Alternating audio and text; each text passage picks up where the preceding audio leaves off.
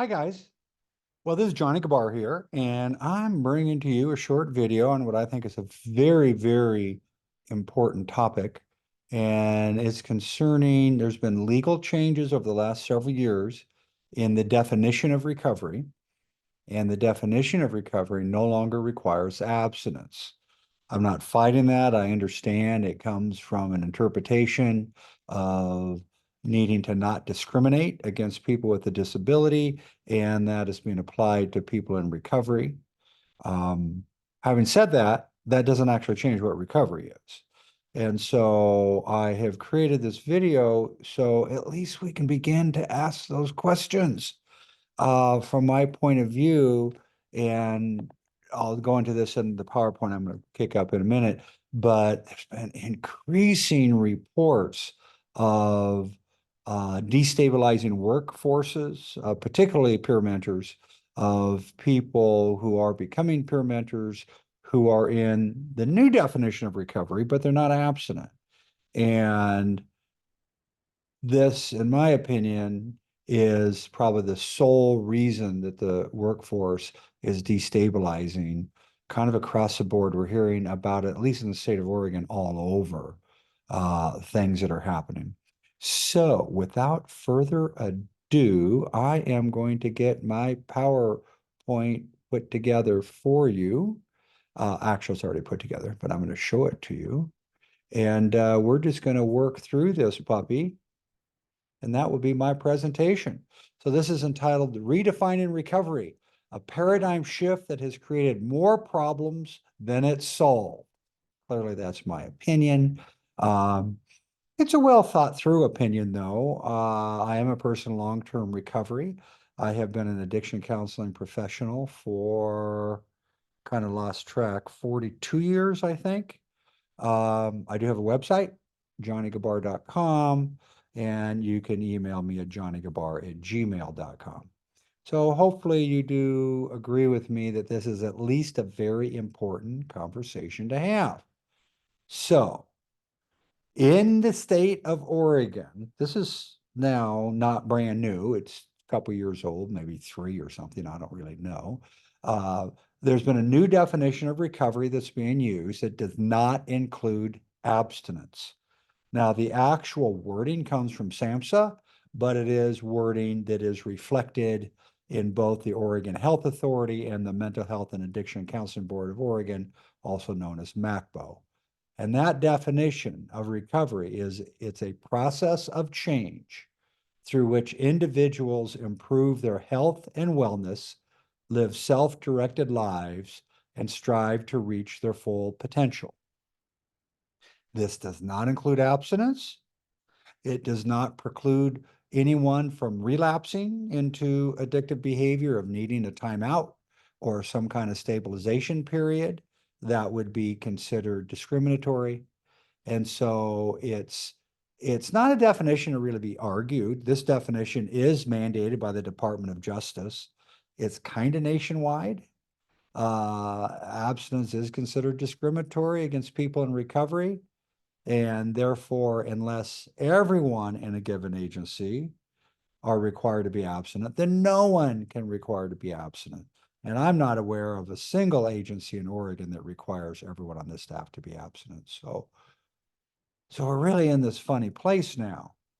Um, and then it even gets a little funnier. MacBo, my understanding, the history is that they were approached by a group of employers that saying there are not enough people to hire.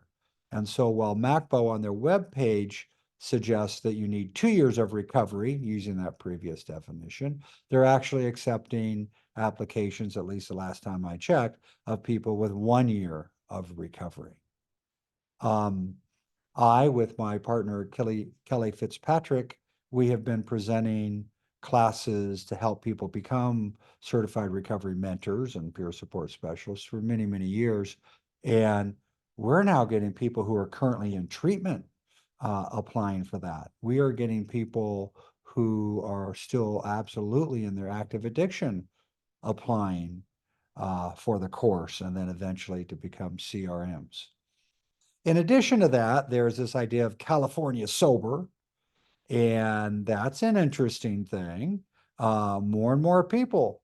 So California sober is a term used to describe what I'm hearing to be a growing trend of people in recovery who says their recovery includes their use of marijuana.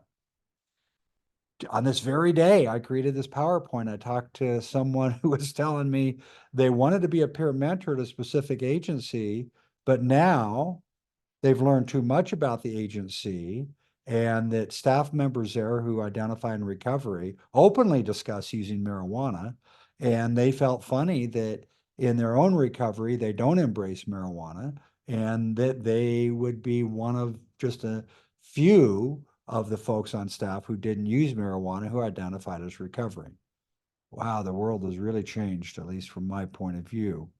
By the way, just a note, interesting thing about marijuana is that often people in recovery will say they need it to help with their depression and anxiety. Well, some pretty good studies have demonstrated that use of marijuana, wait for it, creates depression and anxiety. So people are using marijuana to treat the very thing that the marijuana created. Another thing, again, I just heard this situation today. A person by a physician who worked in a treatment agency suggested that they use marijuana for a particular medical reason. And that same physician didn't identify that their daily nausea and vomiting was being caused by, again, wait for it, their use of marijuana. This hyperemesis, I've been hearing more and more of this, and people don't make that connection. So marijuana for some individuals really disrupts their stomach and makes them feel nauseous most of the time, most mornings, throw up frequently. The only thing that will temporarily make it feel better is using marijuana. Sometimes also people will report hot showers, but the cure for it, quit using marijuana.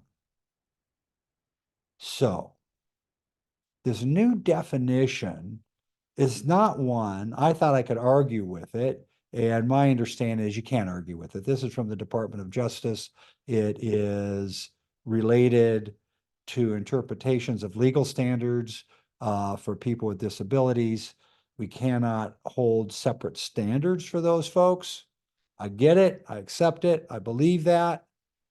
But that doesn't mean that legal definition of recovery just gets rid of our understanding of recovery and what the essential processes and dynamics are that have to be addressed in order to folks be able to enter a stable and evolving recovery.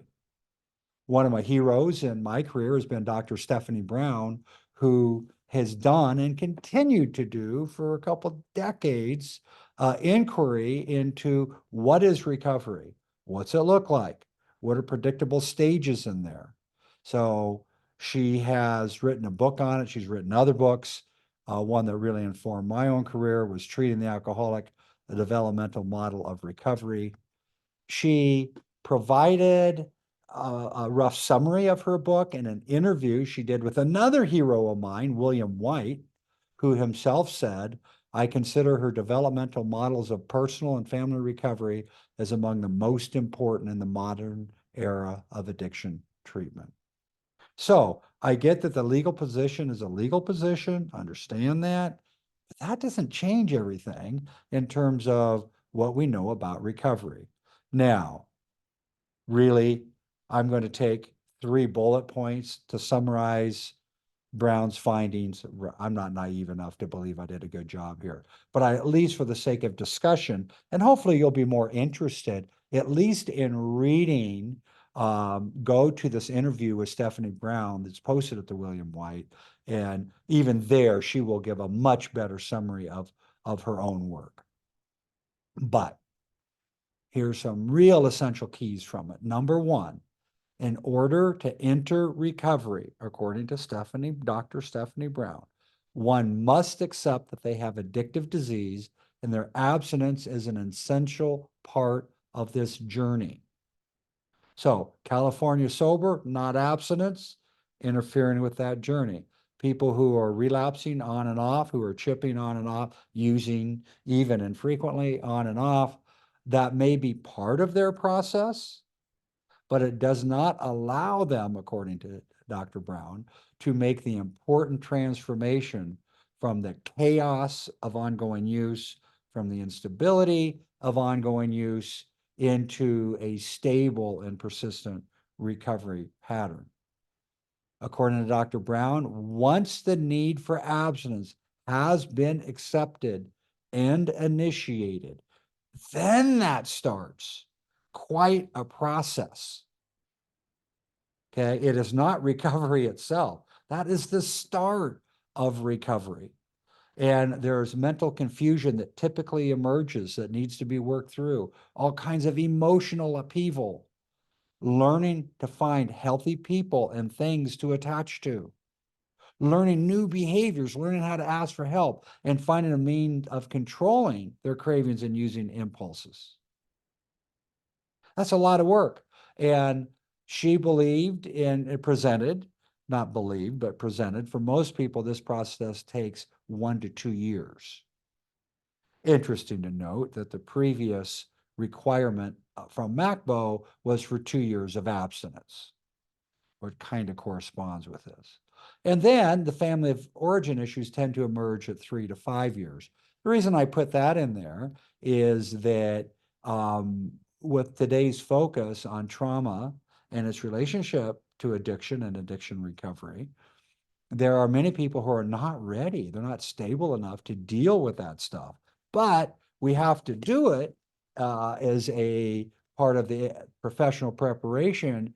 It's here's a paradox. We need to introduce the idea of trauma and its relationship to addiction to people who may not at all be personally ready for that conversation.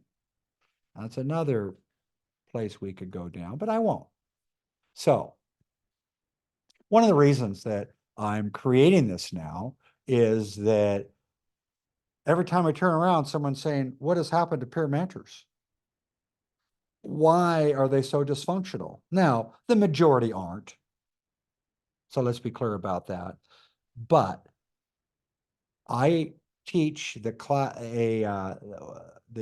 approved class that's approved for Kelly Fitzpatrick by the state of Oregon to teach this class to help people who want to become CRMs or peer support specialists.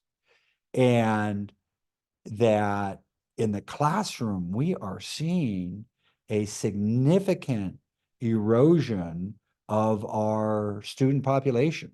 And by erosion, I mean mental confusion, people who have difficulty doing basic tasks, emergence of issues we haven't seen that much in the classroom itself in terms of people's reactivity and difficulty in controlling their impulses. So we're seeing it in the classroom. We are absolutely hearing this from agencies throughout the state of Oregon. This is not an isolated report. Now, I will say there's been no official study on this. I think that'd be a very good idea, but there does seem to be a growing consensus and that the peer support specialist population is trending towards becoming more and more unstable. That instability creates further instability in agencies because they're already stressed by not having enough staff. And when there are problems due to this kind of instability, then that puts great pressure on the people who are doing well to fill in the gaps. And it takes a lot to deal with it. It takes a lot of management. It takes a lot of colleague filling in the gaps and all of that. So this is not only a issue for that individual having difficulty, but for the ripple effects that it is creating in the agencies. So this is a report. Relapses, ethics violations, failure to perform job duties have all been cited as consequences of the growing instability in the workforce. We haven't done an official survey, but maybe somehow that ought to get done. Just saying. Okay. So now let's go to the next slide. If I can get the right button here, push. There we go. Okay. So here are the questions to consider, and I really wish you would consider talking these through with somebody. So it's just not me and you and my talking head here, but to think about some of the core ideas that I believe this comes up with. And what's this? The difference between this new legal definition of recovery and what Stephanie Brown gives us as a more informed definition of recovery from addictive disease. Here's the first question to consider. If someone has not been able to accept their own powerlessness, are they in a position to help someone else embrace theirs? I have been to many a training over my career that said this is the most important issue for the addiction counseling arena. It comes down to one thing: helping people figure out if they have addictive disease or not. Joel Persh, a psychiatrist years ago, said addiction treatment is for discovery. Ongoing support groups, 12 steps, etc., are actually where the recovery happens. But it's mainly in treatment itself that discovery of what? Do I have addictive disease? Am I powerless over my addiction? It changes everything when one is able to accept that. However, if I, the helper, haven't accepted that for myself, what kind of issues is that going to present when I'm trying to help someone who's struggling with that themselves? The idea of countertransference comes up. If I haven't done my own work, if I have my own blind spots, etc., am I going to be able to help people with theirs? I think there's just great implications for this. 2, if someone with addictive disease has not been able to accept that they need a power greater than themselves, can they help someone else make this step? Now I could reinterpret this and leave that language out, power greater than themselves, but it's really a question of, can you ask for help? Such a small percentage of people who attempt recovery from addictive disease are successful. Those that are successful seem to have some things in common. And one of those things is being able to create positive relationships and attachment to others that can help give them a sense of stability that they can't provide for themselves. So if I can't recognize I need help, how am I going to help someone else recognize that for themselves? Likewise, if someone has not been able to create healthy connections in their life, is an antidote to unhealthy connections with their substances, can they help someone else create these connections for themselves? Again, I'm going to make reference to the treatment center I just mentioned earlier on. The majority of the people there are smoking marijuana as part of their recovery. If I have smoking marijuana as my go-to behavior, how motivated am I going to be to create meaningful connections with others that can persist, that can help me with my vulnerabilities, who can help me with my stress responses, who can help me calm down my reactivity? If I am depending upon marijuana to do all those things, I believe that would continue an unhealthy connection with that substance, as opposed to going through the difficult path, but the necessary path of creating connections with other human beings. If someone is in the emotional upheaval and grief of early recovery, do they have enough bandwidth to set aside their own healing process and be able to focus on others? Most people don't feel better as they get into recovery. They feel worse as their denial system unravels and they become clearer and clearer about the damage that their addictive disease has done to them. There's so much to grieve. The denial system will prevent us from embracing grief not only related to our addiction, but of other things that have been lost during that time period. Most people in early recovery are miserable, and they need a way to navigate through that misery, identify that sadness, work through that grief. And it's sometimes very, very difficult to provide empathy, compassion, and presence for others when we are being so overwhelmed by our own unresolved emotions. So again, if this is a trigger, if emotional upheaval is triggered by the acceptance that one has addictive disease and by the acceptance that one actually needs to be in recovery and they're powerless over their addiction, what impact does this have if I'm trying to help someone with a process that I myself have not yet been through because of my continuing muting any of those emotions with the use of marijuana and or other drugs? So I would suggest this question: does allowing recovering people who may or may not be abstinent with 1 year into the addiction counseling world increase the likelihood of more instability in the agencies and a ripple effect of stress throughout the system that can negatively impact their clients and their colleagues? Frankly, without a doubt. I mean, I'd love to talk with you about that. But the people that I talk with again and again say this is a huge difficulty. These are the folks who are more likely to have ethical violations. These are folks who are more likely to require a lot more supervision and a lot more attention. These are the folks who are much more likely to not last very long in their positions. So it creates a huge ripple effect.